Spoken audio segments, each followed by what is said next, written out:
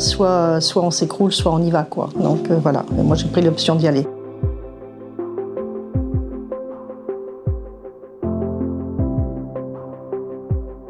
L'association Phytovictimes est une association française qui a été créée en 2011 pour aider les professionnels malades des pesticides dans leur démarche de reconnaissance en maladie professionnelle. Donc c'est un accompagnement individuel au quotidien et la défense des droits des professionnels de façon collective. J'ai rencontré l'association Phytovictimes qui venait de naître en 2012 au Sénat en France. À cette époque-là, je n'étais absolument pas malade, mais je m'interrogeais sur la santé des travailleurs de l'agriculture.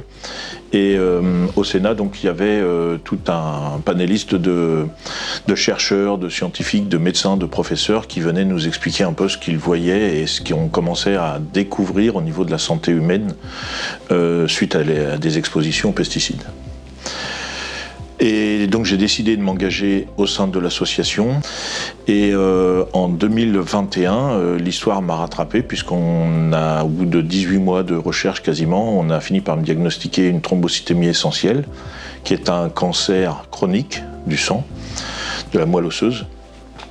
Et donc depuis ce jour, et j'espère pour longtemps, à vie, j'espère, je serai soigné par chimiothérapie puisque si on me donne plus de chimio, c'est que tout se passe très mal. Mon mari est tombé malade très rapidement après sa retraite.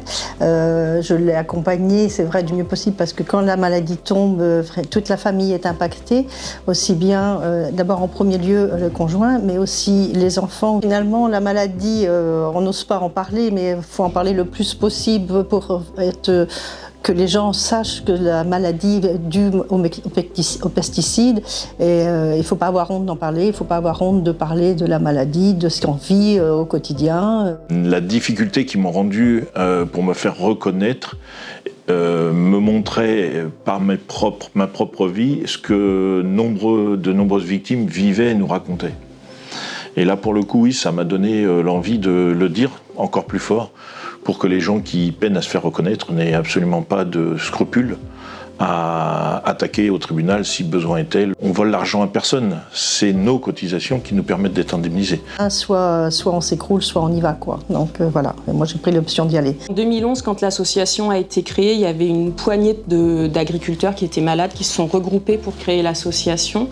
Et aujourd'hui, chaque année, on accompagne plus de 360 professionnels malades avec 100 nouveaux dossiers tous les ans.